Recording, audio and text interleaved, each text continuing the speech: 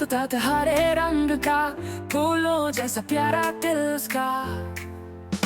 चोंच लाल आँखें चमकदार, बातें करता बड़ी प्यार भरे। आम खाता अमरूद का शौस, मीठे बोलों में उसका है रंग झोंक। नीले आसमान में उड़ता जाए, सूरज की किरणें भी उसे निहार जाए।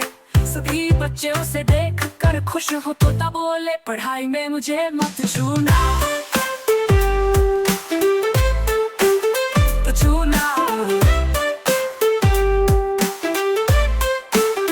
छूना। चिड़िया आई और बोली प्यार से, दोस्ती निभाओ न करो इनकार से। तोता बोला चलो खेले, बीच जगे और बातें करे हंसे खेल में। बारिश आई झम झम झम, तोता बोला वाह मजा है कम। पंख फैलाए झूले झूले, बारिश के गीत सब मिलकर गाए। सुबह हुई सूरज चमका,